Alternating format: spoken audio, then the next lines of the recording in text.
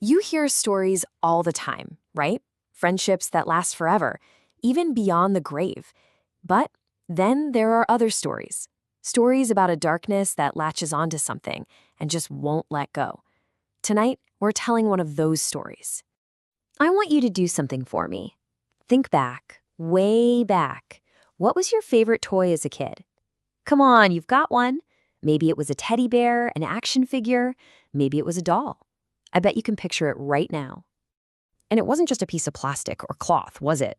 No way. It was your best friend, the one you told everything to. All your secrets, all your dreams, they knew it all. And they never said a word. It's a nice memory, right? So innocent. But what if that memory wasn't so innocent? What if that secret keeper decided to keep more than just secrets? We're going back to 1918, to Japan, where a little girl told her secrets to a doll. And that doll, well, it's been keeping them ever since. And trust me, you don't want to know how. So, this whole thing starts with a family. You've got a 17-year-old kid, Eikichi Suzuki, and he just absolutely adores his little sister, Kikuko. She's about to turn 4. Now, their family didn't have much money. At all. But Eikichi, he was going to make sure his sister got the one thing her heart desired. And what she wanted, it was so simple. She didn't want anything fancy. She just wanted a friend, a doll who could be her best friend.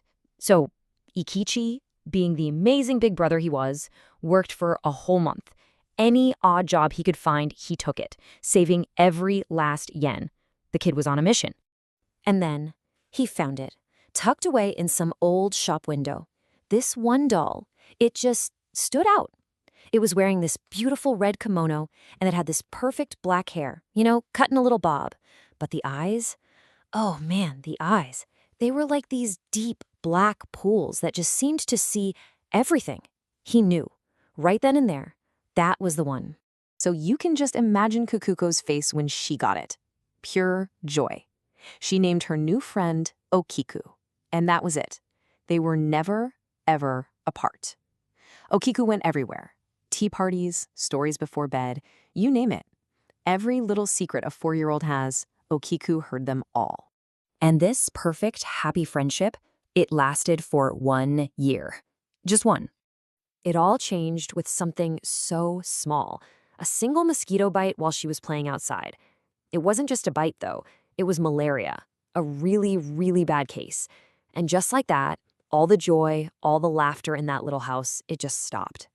And as she got sicker, as she started to slip away, she would not let go of that doll.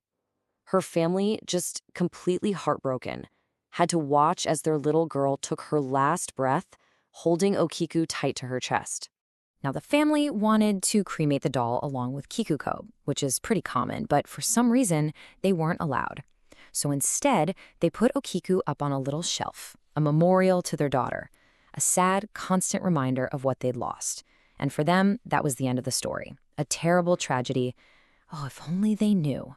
It was really just the beginning. It started subtly. One night, Eikichi wakes up. He hears something coming from the hall. A tiny whisper, and then a little girl's giggle. His heart must have stopped. He gets up, checks the hallway. Nothing. Absolutely nothing. Then a few days go by. Eikichi sees his sister's old drawings. They're all over the floor right below the memorial shelf. So he picks them up, and as he puts the doll back, his hand just freezes. He's staring at it, because the doll's hair, that perfect little bob that was cut to its neck, was now down to its shoulders. It wasn't possible. And it wasn't just that it was longer. I mean, that's weird enough. But when they looked really close, they saw the color was different, kind of brownish now. And get this, it had split ends, like real human hair. This was not in their heads. Something was seriously wrong. So the mom, trying to be rational, does what you or I might do. She thinks, okay, this is weird, but I'll just fix it. She takes a pair of scissors and trims the doll's hair right back to its original length. Big mistake. Huge. Probably the worst thing she could have possibly done. That night, she has this awful, vivid nightmare. She dreamed of Kikuko, but she's not happy. She's furious, screaming about her doll's hair being cut. The mom wakes up with a gasp, heart pounding. And sitting right on her chest, staring into her eyes, is the Okiku doll. That was it. They were done. They grabbed the doll, ran out to a field, and just buried it. They had to make it stop. You think that's the end, right? Nope. That same night, they're woken up again, this time by this insane, violent banging on the front door. And with it, a sound that would just freeze your soul. It sounded like a little girl, screaming in pain. It sounded exactly like Kikuko. Somehow, the father finds the courage to go to the door. He opens it, and there it is, standing on the doorstep, covered in dirt and mud from the field. He opens his mouth to scream, but nothing comes out. He's just frozen by pure, absolute terror. And before he can even react, the doll's hair just shoots out like these living ropes. It wraps right around his neck and starts to choke him. He's on the ground, can't breathe, and Aikichi, seeing this, just screams the only thing he can think of, his sister's name, Kikuko. And just like that, the hair lets go. The doll just drops to the floor, lifeless. And here's the really awful part. This wasn't just one bad night. This was their life now, for 20 years. Every time they tried to get rid of Okiku, throwing it away, burying it, it came back. The nightmares, the whispers, that awful growing hair, they were living in a horror movie for 2 decades. So after 20 years of this torment, they just gave up. They were broken. They took the doll to a Buddhist temple, the Monninji temple. They told the monks everything, the whole insane story, and just begged them, please, take it. We can't do this anymore. And that is where the Okiku doll is to this day. It's been almost 100 years. And yes, the monks at that temple still have to cut its hair. It just keeps growing. You can go see it, it's on display, but you're not allowed to take any pictures. And they give you a warning, don't look at it for too long. Apparently, the nightmares have a way of following you home. Now, you'd think that's where the story ends.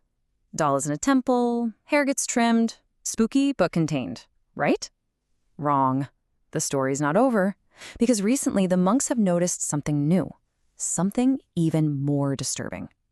The doll's mouth, which has been closed for a century, is slowly starting to open. And inside, the people who've gotten close enough to see say there's something in there. They look like tiny human-like teeth, and they're growing. So that's the question I'll leave you with. Is this still a spirit of a little girl clinging to her best friend? Or, after all this time, has something else moved in? And is it now trying to get out?